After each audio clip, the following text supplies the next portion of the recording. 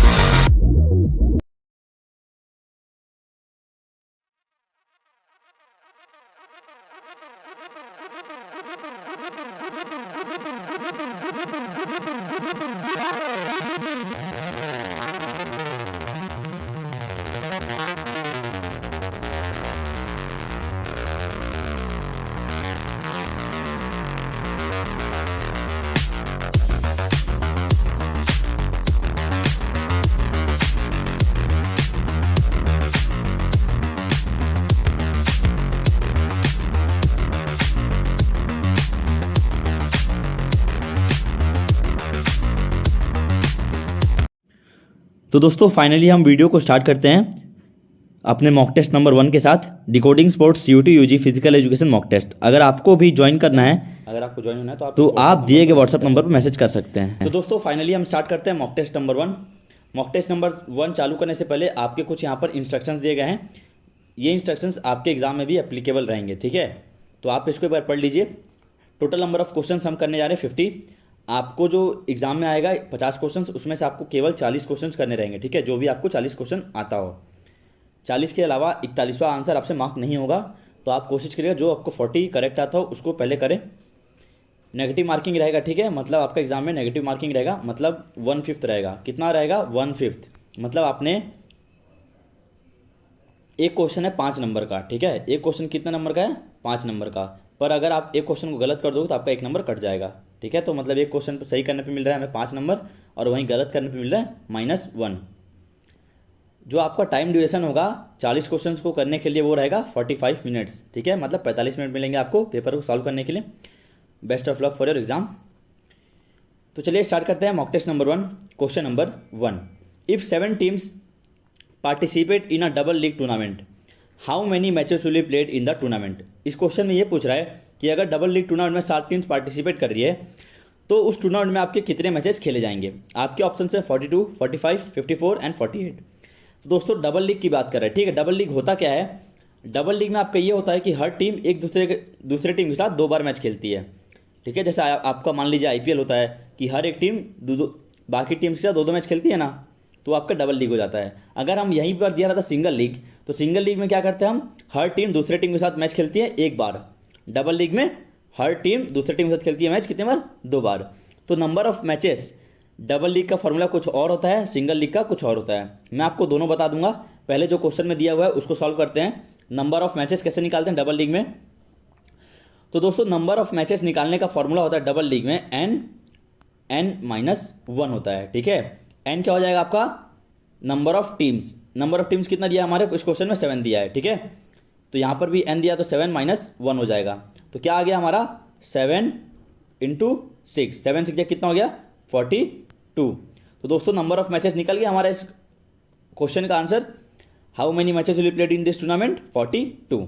अब यहाँ मान लीजिए, यहाँ पर क्या दिया है? डबल लीग दिया है। अगर यहाँ पर सिंगल लीग दे देता, क्या दे देता? Single league. तो अब हम बोल देता हमें नंबर ऑफ मैचेस निकालने के लिए, तब क्या करते हैं हम? तो सिंगल लीग का फॉर्मूला होता है n-1। डबल लीग का हो गया इतना, नीचे में ब्रैकेट में 2 लग जाता है अगर हमें सिंगल लीग निकालना रहता है, ठीक है। तो वैसे ही हमने 42 तो निकाल लिया था ऊपर वाले से, अब 2 से डिवाइड कर देंगे तो ये हो जाता है हमारा सिंगल लीग का आंसर, ठीक है। समझ गए सिंगल लीग और डबल लीग में नंबर ऑफ मैचेस कैसे निकालते हैं। बाकी आपको मैंने क्लास में पढ़ाया था। चलते हैं क्वेश्चन नंबर 2 की तरफ। क्वेश्चन नंबर 2 में आपका पूछा है give the full form of YMCA। तो आपको इस क्वेश्चन में ये बताना है कि YMCA का फुल फॉर्म क्या है। आपके ऑप्शंस आप देख सकते हैं, ठीक है। आपका करेक्ट आंसर क्या हो जाएगा, यंग मेंस क्रिश्चियन एसोसिएशन। आपका ऑप्शन नंबर भी करेक्ट आंसर हो जाएगा। क्वेश्चन नंबर 3, एक्सट्रिंसिक मोटिवेशन में occur in the form of. क्या बोला, एक्सट्रिंसिक मोटिवेशन। एक्सट्रिंसिक मोटिवेशन क्या होता है, हमारा जो हमें बाहर से मिलता है, ठीक है। इंट्रिंसिक होता है एक तो जो हमारे अंदर से आता है मोटिवेशन। एक्सट्रिंसिक मतलब जो हमारे को बाहर से मिलता है। तो एक्सट्रिंसिक मोटिवेशन में ऑकर का कैसे हो सकता है, आपके दिए गए ऑप्शन में से आपको ये बताना है। पहला ऑप्शन है आपका कैश प्राइज एंड स्कॉलरशिप, दूसरा ऑप्शन है आपका पनिशमेंट, तीसरा ऑप्शन है आपका स्कॉलरशिप, या फिर आपका ऑप्शन नंबर डी है ऑल ऑफ दिस। तो दोस्तों हमें एक्सट्रिंसिक मोटिवेशन तीनों चीज़ों से आ सकता है, ठीक है।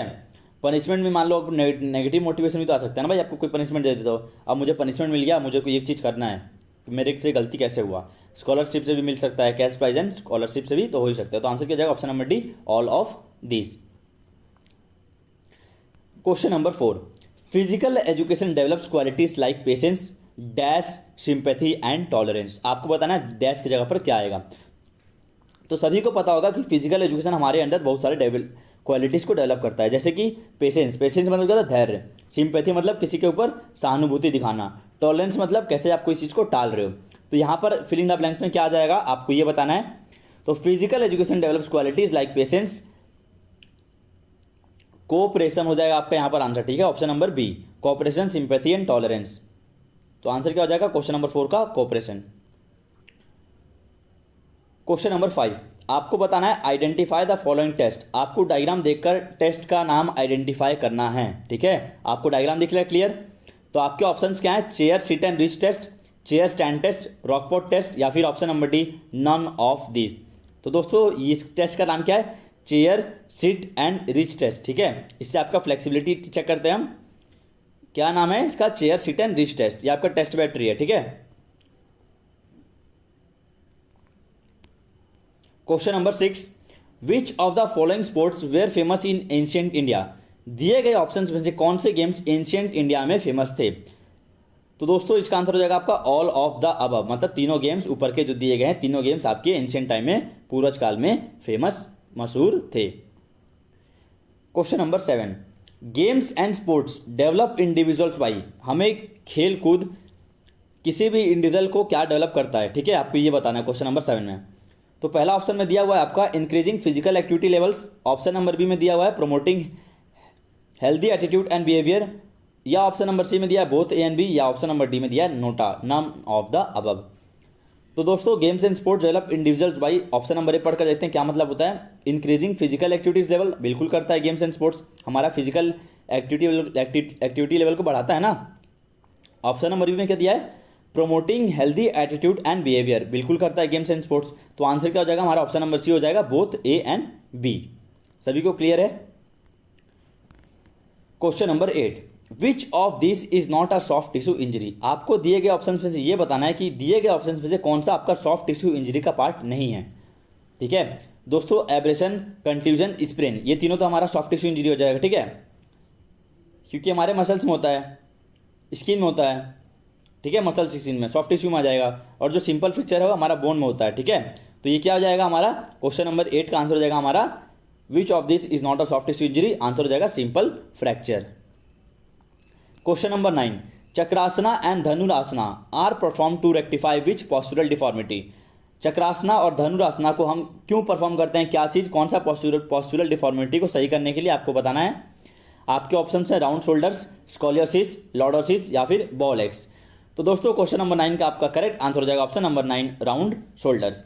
सभी क्वेश्चंस का जितने भी आ रहे हैं सब हमारे नोट्स से आ रहे हैं, ठीक है। आपका जो भी एग्जाम में आ रहे हैं क्वेश्चंस, अगर आप नोट्स लेना चाहते हैं तो मैसेज कर सकते हैं नंबर पे, आपको नोट्स मिल जाएगा। चलते हैं नेक्स्ट क्वेश्चन पे, क्वेश्चन नंबर 10 पे। क्वेश्चन नंबर 10 में पूछा हमारा biomechanics help in which of the following. Biomechanics आपका क्या इंप्रूव करने में मदद करता है।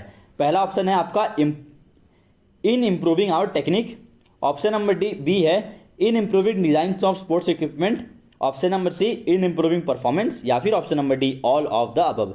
तो दोस्तों बायोमैकेनिक्स आपका सब चीज़ को डेवलप करता है, ठीक है। सब चीज़ को करने में मदद करता है ना, हमारा टेक्निक तो इंप्रूव करता ही है। हमारा improves in design of sports equipment and improving in performance. तो आंसर क्या हो जाएगा हमारा ऑप्शन नंबर डी। अब चलते हैं next question. Question number 11, the advantage of warming up does not include. आपके ऑप्शन है increase in pulmonary ventilation, decrease in viscous resistance in the muscle, option number C decrease in rate of nerve impulse conduction, या फिर option number D increase in speed of contraction and relaxation muscle. मतलब क्या पूछा है, the advantages of warming up does not include, मतलब दिए गए option में से कौन सा आपका वार्मिंग अप का एडवांटेज नहीं है, मतलब डिसएडवांटेज आपको पता करना है। तो दोस्तों जो हम देख सकते हैं ऑप्शन नंबर है ये भी हमारा एडवांटेज है, ऑप्शन नंबर बी भी एडवांटेज है, ठीक है। ऑप्शन नंबर जो हमारा डी है ये भी एडवांटेज है, पर decrease in rate of nerve impulse conduction, जो हमारे नर्व का इम्पल्स कंडक्शन होता है उसको डिक्रीज कर रहा है, तो ये हमारे लिए डिसएडवांटेज है वार्मिंग अप का। तो आंसर क्या हो जाएगा ऑप्शन नंबर, क्वेश्चन नंबर 11 का ऑप्शन नंबर सी।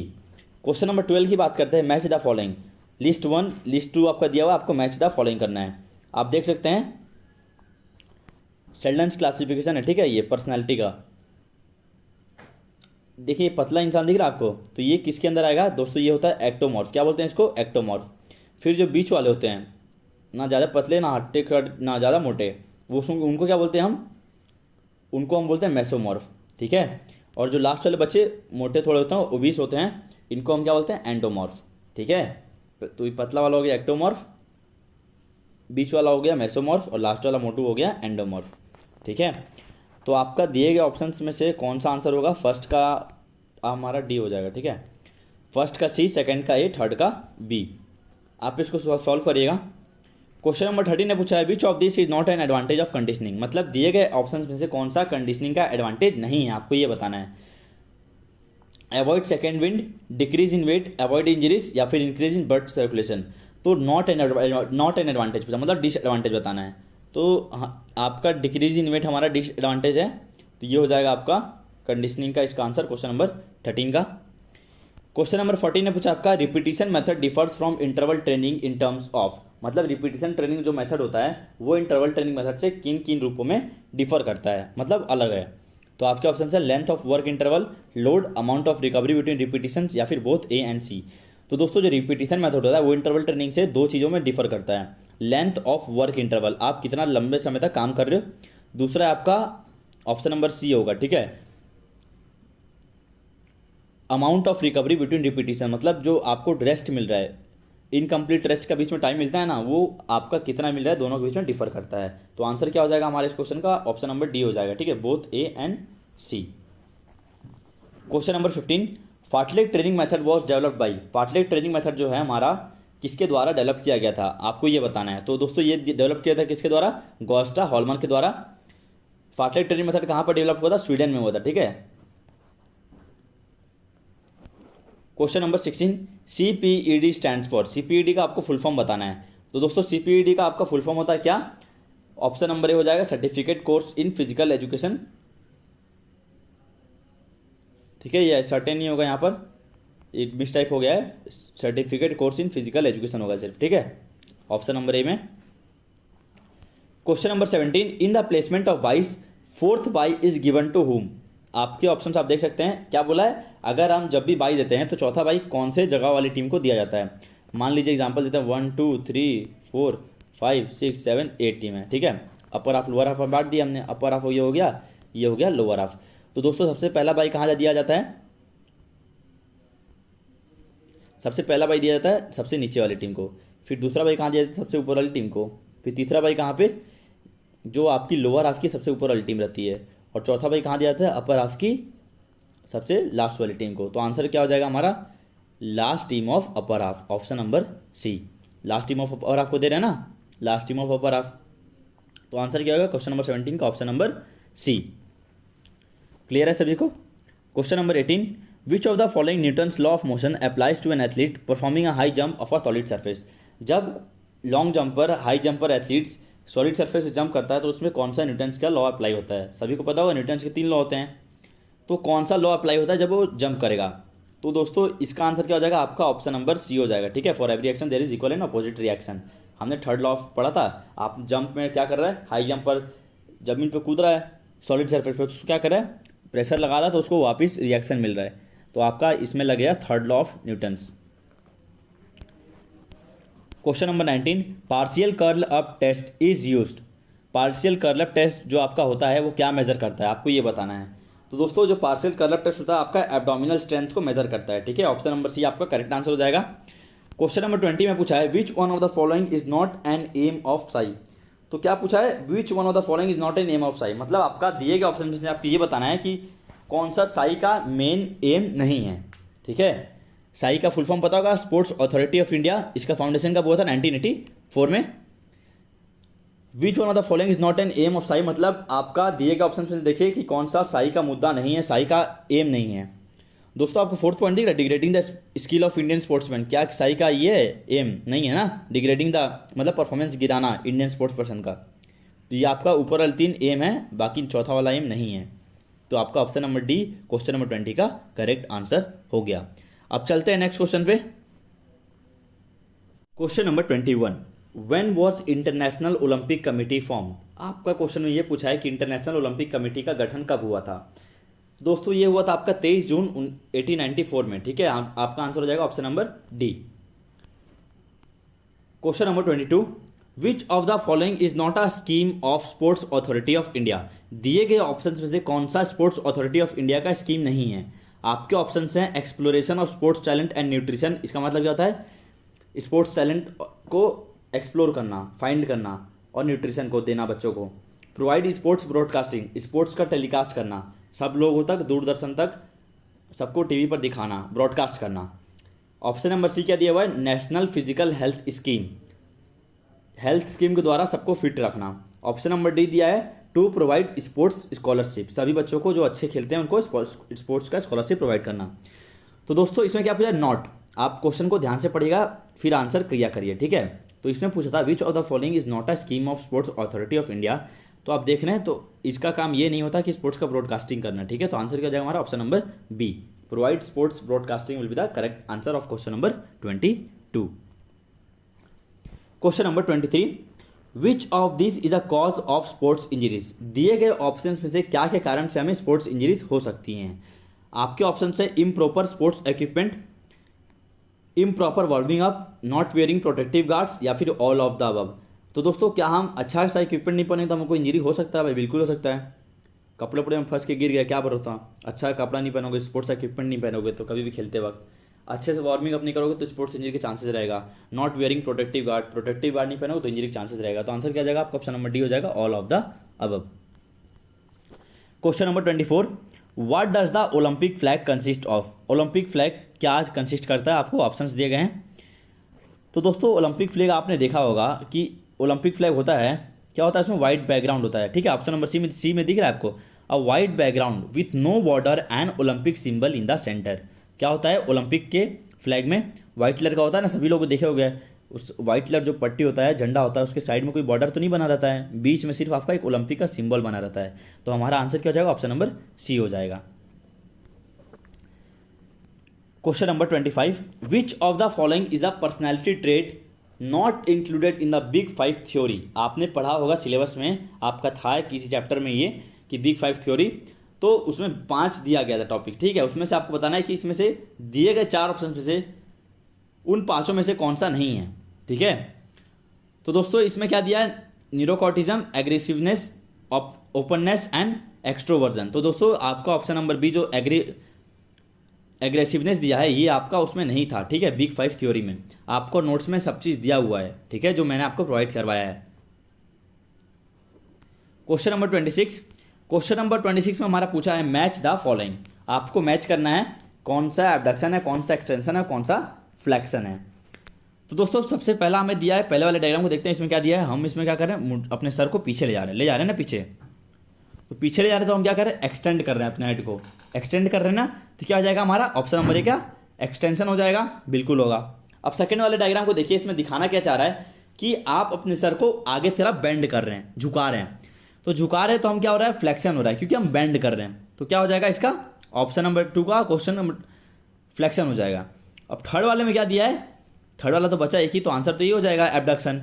इसमें क्या कर रहा है, हमारा हाथ बॉडी से सेंट्रल एक्सिस से आगे जा रहा है, ऊपर जा रहा है, ठीक है, अवे फ्रॉम द बॉडी। तो ये क्या हो जाएगा आपका एबडक्शन हो जाएगा। तो क्लियर है सभी को क्या हो जाएगा आंसर। तो क्वेश्चन नंबर 26 का हमारा आंसर क्या हो जाएगा, ऑप्शन नंबर सी 1 का बी हो जाएगा, 2 का सी और 3 का ए। मैंने आपको बता दिया कैसे आएगा। क्वेश्चन नंबर 27 ने पूछा आपका आईसीसी स्टैंड्स फॉर, आईसीसी आपको पता होगा इंटरनेशनल क्रिकेट गवर्निंग बॉडी होती है, तो इसका फुल फॉर्म आपको बताना है। तो दोस्तों आईसीसी का फुल फॉर्म होता है आपका ऑप्शन नंबर बी में दिया हुआ है क्लियर, इंटरनेशनल क्रिकेट काउंसिल। इसका पुराना नाम क्या था, इंटरनेशनल क्रिकेट कॉन्फ्रेंस था, ठीक है, इसका पुराना नाम भी था। अब क्या नाम है इसका, आईसीसी का इंटरनेशनल क्रिकेट काउंसिल।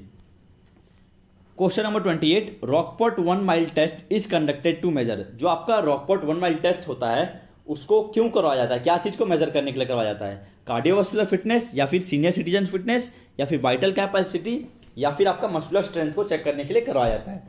तो दोस्तों Rockport 1 mile test, 1 mile test से आपको क्लियर होगा कि भागना पड़ेगा 1 माइल, क्या होगा, कार्डियोवास्कुलर ना, कार्डियोवास्कुलर बचा, कार्डियोवास्कुलर से ये सब भागना और रिलेटेड होता है, तो कार्डियोवास्कुलर फिटनेस आपका करेक्ट आंसर हो जाएगा।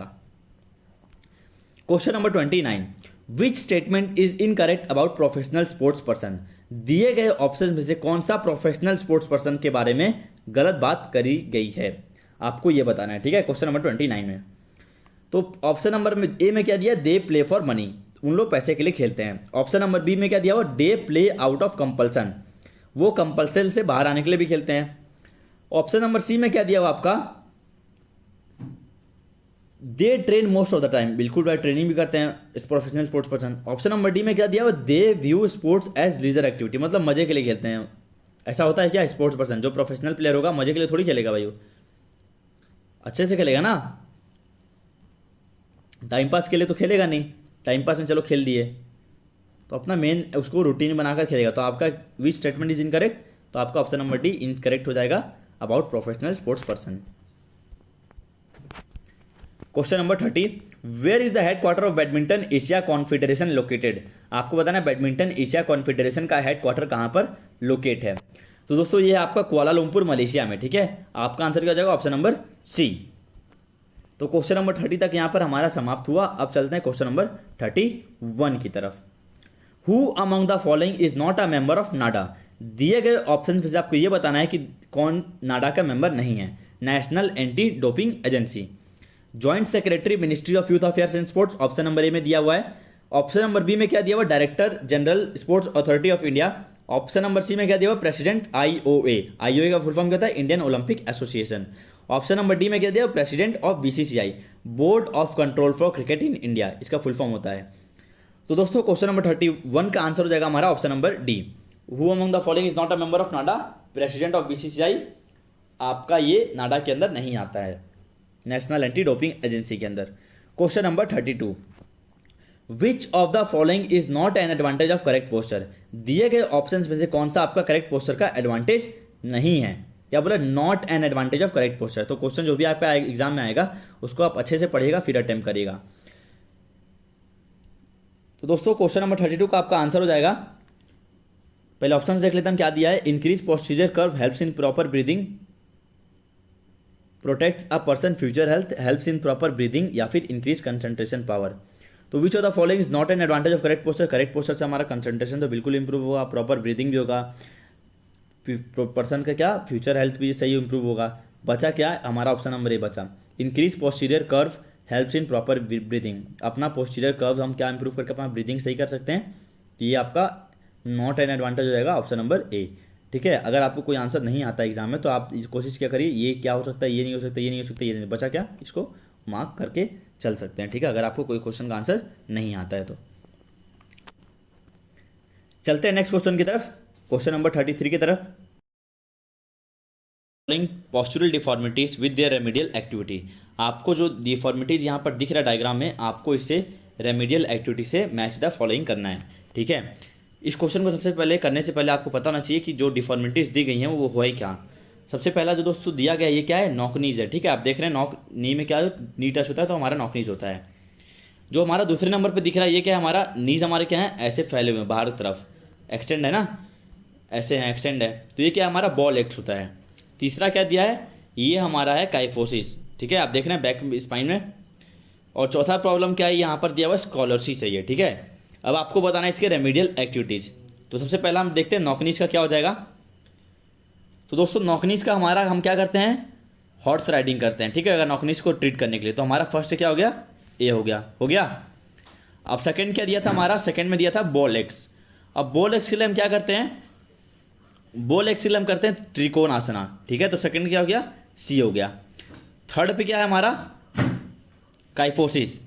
अब काइफोसिस को ट्रीट करने के लिए हम क्या करेंगे, हम करेंगे दोस्तों वृक्षासन, ठीक है, वृक्ष आसन और ट्री पोज भी बोलते हैं इसको, आपको दिख रहा है डायग्राम में। थर्ड क्या हो गया हमारा, फोर्थ डी हो गया ना, और बचा क्या, फोर्थ वाला। फोर्थ ये बचा आपका स्कॉलियोसिस, स्कॉलियोसिस का ये बचा, ये आसन क्या बोलते हैं हम, हलासना बोलते हैं, ठीक है, हलासना। तो फोर्थ का हमारा क्या हो गया, बी हो गया। तो ये दिया गया कौन सा ऑप्शन में, हमको ये पता करना है। तो दोस्तों ये हमारा ऑप्शन नंबर सी में दिया हुआ है, ठीक है, 1 3 4 2 ABCD का। तो ये आपको समझ में आ गया होगा। Question number 34, nicotine is lipoprotein, alkaloid, glycoprotein या स्टेरॉइड। तो दोस्तों निकोटीन आपका एक प्रकार का अल्कोहलिड होता है, ठीक है। ऑप्शन नंबर बी आपका करेक्ट आंसर हो जाएगा इस क्वेश्चन का। Question number 35, a sudden and involuntary contraction of one or more muscle is known as. क्या बोला, सडन, सडन मतलब अचानक से, और इनवॉलेंटरी कॉन्ट्रैक्शन, जो भी आपको मसल में इनवॉलेंटरी कॉन्ट्रैक्शन होता है एक या एक से ज़्यादा मसल का, तो उसको हम क्या बोलते हैं दोस्तों, इसको क्या बोलते हैं, मसल क्रैम्प बोलते हैं ना। पढ़ा होगा आपने 8th 9th में बायोलॉजी में, वॉलंटरी कॉन्ट्रैक्शन क्या होता है, इनवॉलेंटरी कॉन्ट्रैक्शन क्या होता है, उससे हमें क्या होता है, मसल क्रैम्प्स होता है। तो क्वेश्चन नंबर 36 में बात करते हैं, who categorise the personality traits as introvert and extrovert. ये आपका क्वेश्चन इस साल आया था, ठीक है, एंट्रेंस में। Who categorise the personality traits as introvert and extrovert. तो दोस्तों इंट्रोवर्ट और एक्सट्रोवर्ट में किसने पढ़ा था, ये था आपका जंग्स का क्लासिफिकेशन पढ़ा था ना आपने, तो उसमें था। तो आंसर का जाएगा option number A. Question number 37, CPR stands for. CPR का आपको फुल फॉर्म ये बताना है, ठीक है, क्वेश्चन नंबर 37 में। तो CPR का फुल फॉर्म होता है कार्डियो पल्मोनरी रेसुसाइटेशन। तो आपको दिया है कौन सा ऑप्शन में, ऑप्शन नंबर बी में दिया है, ठीक है। तो ऑप्शन क्या हो जाएगा, आंसर क्वेश्चन नंबर 37 का ऑप्शन नंबर बी, CPR का फुल फॉर्म हो जाएगा आपका cardio pulmonary resuscitation. Question number 38, which of the following bone injury is commonly seen in children. जो कौन सा बोन इंजरी कॉमनली बच्चों में पाया जाता है। तो दोस्तों जो मैंने आपको पढ़ाते वक्त बताया था क्लास में क्लियरली कि जो आपका बोन इंजरी होता है बच्चों में जो पाया जाता है वो कौन सा होता है, वो उसको हम बोलते हैं green stick fracture. Green stick क्यों बोला है, मतलब होता है ना पेड़ की डाली लचीली होती है, तो वैसे ही बच्चों का हड्डी भी बचपन में लचीला होता है, ठीक है। तो हल्का सा बैंड हो जाता है, फ्रैक्चर होता है, तो उसको हम बोलते हैं ग्रीन स्टिक फ्रैक्चर। तो बचपन में हमें बच्चों को में ज़्यादा ग्रीन स्टिक फ्रैक्चर देखने को मिलता है, ठीक है। अगर आपको भी क्लासेस में एनरोल करना है तो आप दिए गए व्हाट्सएप नंबर पर मैसेज कर सकते हैं। Question number 39, which bone is displaced from the socket in dislocation off shoulder joint. जब भी आपका शोल्डर डिसलोकेशन होता है तो शोल्डर जॉइंट में हमारा सॉकेट किससे अटैच होता है। तो दोस्तों ये आप कई साल से पढ़ते आ रहे हैं, ठीक है, ये आपका ह्यूमरस में अटैच होता है, ठीक है। इस क्वेश्चन का आंसर तो सबको पता ही होना चाहिए अगर आपने बायो पढ़ा है 10th तक भी। तो question number 40, the letter C in price stands for. जो दोस्तों प्राइस प्रोसीजर होता है ट्रीटमेंट देने का, तो इसका जो सी का फुल फॉर्म क्या होता है प्राइस में। दोस्तों सी का क्या होता है, कंप्रेशन होता है, ठीक है। कंप्रेशन मतलब दबाना, कोई भी चीज़ को प्रेस करके रखना, ठीक है। क्वेश्चन नंबर 40 तक सबको क्लियर है। बचे हमारे 10 क्वेश्चन, उसको हम जल्दी से कर लेते हैं वरना वीडियो हमारा काफ़ी लंबा हो चुका है। Question number 41, an invert curvature of spine in the lumbar region is termed as. क्या, ये भी क्वेश्चन आपका इस साल के एंट्रेंस में आया था, ठीक है। An invert curvature of a spine in the lumbar region मतलब आपके बैक वाले रीजन पे, तो क्या बोलते हैं हम, इसको बोलते हैं लॉर्डोसिस। आंसर क्या हो जाएगा ऑप्शन नंबर ए। चलते हैं क्वेश्चन नंबर 42 पे, in which type of tournament a team once defeated gets eliminated from the tournament. क्या बोल रहा है इसमें कि ऐसा कौन सा टूर्नामेंट है जिसमें कोई टीम अगर मैच हार जाती है तो वो टूर्नामेंट से बाहर हो जाती है, मतलब एलिमिनेट हो जाती है। तो दोस्तों ये होता है आपका नॉकआउट टूर्नामेंट में, ठीक है। ऑप्शन नंबर बी हो जाएगा आपका correct answer. Question number 43, match list 1 with list 2 and select the correct answer from the codes given below. आपको मैच करना है कि दिए गए ऑप्शंस में से कौन सा चीज़ क्या मेजर करता है। आर्म कर्ल टेस्ट क्या मेजर करता है, 8 foot up and go test क्या मेजर करता है, चेयर स्टैंड टेस्ट क्या मेजर करता है, बैक स्ट्रेच टेस्ट क्या मेजर करता है। ये क्वेश्चन भी आपका एग्जाम में आया था इसी साल, ठीक है। तो आर्म कर्ल टेस्ट आपका क्या मेजर करता है, ये मेजर करता है आपका अपर बॉडी का स्ट्रेंथ मेजर करता है, ठीक है। तो फर्स्ट का क्या हो गया, थर्ड वाला हो गया। 8 foot up and go test, ये हमारा क्या मेजर करता है दोस्तों, ये हमारा मेजर करता है एजिलिटी। ठीक है, नोट्स में सब कुछ मिला है। ठीक है, अगर आपको भी चाहिए तो आप दिए गए नीचे स्क्रीन पे आ रहा है आपको नंबर, उस पर मैसेज कर सकते हैं। आपके पास अभी भी टाइम है एंट्रेंस का तैयारी करने के लिए। ठीक है, chair stand test. Chair stand test क्या मेजर करता है, ये हमारा चेयर स्टैंड टेस्ट मेजर करता है लोअर बॉडी स्ट्रेंथ। तो हमारा ये फोर्थ वाला दिया है। बचा क्या हमारा back stretch test. Back stretch test हमारा मेजर करता है अपर बॉडी का फ्लेक्सिबिलिटी। तो ये थे आपके ऑप्शंस, आप मैच कर लीजिएगा और ऑप्शन नीचे गए ऑप्शन से मार्क कर लीजिएगा। आपका करेक्ट आंसर हो जाएगा ऑप्शन नंबर इसका डी हो जाएगा। ठीक है, चलते हैं नेक्स्ट क्वेश्चन पे। Question number 44, the main objective of a cooling down session is. जो हमारा कूलिंग डाउन सेशन होता है मैच के बाद, उसका मेन ऑब्जेक्टिव क्या होता है, मेन उद्देश्य क्या होता है, आपको क्वेश्चन में ये बताना है। ठीक है, तो दोस्तों इसका आंसर क्या हो जाएगा आपका क्वेश्चन नंबर 44 का रिकवरी प्रोवाइड करना। ठीक है, तो हम कूलिंग डाउन करते हैं उससे क्यों करते हैं कि हमारा बॉडी को रिकवरी मिले। Question number 45, which one of the following exercises help bringing the blood flow to the normal mode. कौन सा दिए गए एक्सरसाइज करने से जो हमारा ब्लड फ्लो है, ब्लड जो हमारा फ्लो कर रहा है बॉडी में, उसको हम नॉर्मल मोड में ले आते हैं। तो दोस्तों वार्मिंग अप से क्या होता है, वार्मिंग अप से हमारा ब्लड सर्कुलेशन तेज हो जाता है। ठीक है, तो क्या होता है बढ़ जाता है। पर कूलिंग डाउन करते हैं तो क्या होता है उसको नॉर्मल पोजीशन में आता है ना, तो क्या हो जाएगा आंसर इसका कूलिंग डाउन एक्सरसाइज। चलते हैं नेक्स्ट क्वेश्चन पे। Question number 46, question number 46, which one of the following is not related with spine curvature deformities. आपका स्पाइन कर्वेचर जो डिफॉर्मिटी होता है, दिए गए ऑप्शन में से कौन सा उससे रिलेटेड नहीं है, आपको ये बताना है। ठीक है, नॉट रिलेटेड वाला पढ़ लिया करिए, क्वेश्चन को अच्छे से फिर आंसर किया करिए, वरना कई बच्चे हड़बड़ी में गलती कर देते हैं। ठीक है, तो आपको पहले से बता दे रहा हूँ ये गलती नहीं होनी चाहिए। तो आंसर क्या हो जाएगा दोस्तों, बॉल लेग हमारा पैर में होता है। ठीक है, स्पाइन से रिलेटेड नहीं है, बाकी सब आपका स्पाइन से रिलेटेड है। चलते हैं नेक्स्ट क्वेश्चन पे। Question number 47, where is the permanent headquarter of IOC international olympic committee located. तो दोस्तों कॉमन क्वेश्चन है, लुसाने स्विट्जरलैंड में हमारा IOC का परमानेंट हेडक्वार्टर है, सभी को पता होगा। ऑप्शन नंबर बी हो जाएगा correct answer. Question number 48, which sport is Santosh trophy associated with. Santosh trophy कौन से गेम से जुड़ा हुआ है आपका। तो दोस्तों ये जुड़ा हुआ है आपका फुटबॉल से, सभी लोगों को पता होना चाहिए। ऐसे मतलब देख लिया, आपका सिलेबस में तो नहीं दिया हुआ ना क्वेश्चन नंबर 48, दिया है फिजिकल एजुकेशन सिलेबस में कहीं, पर ऐसे बेसिक क्वेश्चंस एक दो आपसे पूछा जा रहा है एग्जाम में, तो आपको ये सब चीज़ पता होना चाहिए। ठीक है, ये सब पढ़ाने वाली चीज़ें नहीं हैं, ये आपको पहले से पता होना चाहिए।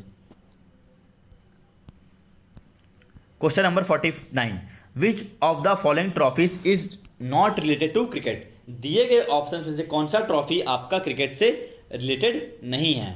आपके ऑप्शन है Ranji trophy, BC Roy trophy, Irani trophy, या फिर आपका विजय हजारे ट्रॉफी। ठीक है, थोड़ा स्पेलिंग मिस्टेक है इस क्वेश्चन में, थोड़ा देखिएगा, ये ईरानी हो जाएगा, यहाँ विजय हजारे ट्रॉफी हो जाएगा। तो दोस्तों क्वेश्चन नंबर 49 आपका हो जाएगा BC रॉय ट्रॉफी आपका क्रिकेट से रिलेटेड नहीं है। चलते हैं वीडियो के लास्ट क्वेश्चन पे। Question number 50, which of the following is the main cause for transmission of the hepatitis virus. आपके दिए गए ऑप्शन में से कौन सा मेन कारण है हेपेटाइटिस वायरस को ट्रांसमिशन फैलाने, मतलब फैलाने में। तो दोस्तों the bite of mosquito, sharing drug needles, drinking contaminated water, या फिर नन ऑफ द अबव। तो दोस्तों जो मेन कारण है, मतलब क्या है मेन कॉज, तो ये क्या है शेयरिंग ड्रग नीडल्स। तो आंसर क्या जाएगा ऑप्शन नंबर बी हो जाएगा। तो दोस्तों अगर आपको भी इसका मॉक टेस्ट का PDF चाहिए और आप भी चाहते हैं कि हमारे मॉक टेस्ट आप ऑनलाइन दे, तो आप दिए गए व्हाट्सअप नंबर पर मैसेज कर लीजिएगा, आपको सब कुछ मिल जाएगा। तो यही था आज के मॉक टेस्ट नंबर 1 में। ऐसे ही और मॉक टेस्ट हमारे चैनल पर आएंगे, उसके लिए आप चैनल को सब्सक्राइब कर लीजिए। और अगर आपको वीडियो पसंद आया और चाहते हैं कि हम जल्दी वीडियो अगला पोस्ट करें, तो वीडियो को लाइक जरूर कर दीजिएगा। तो यही था, इतना ही आज के वीडियो के लिए। Thank you for watching this video. Bye bye, stay tune, bye bye.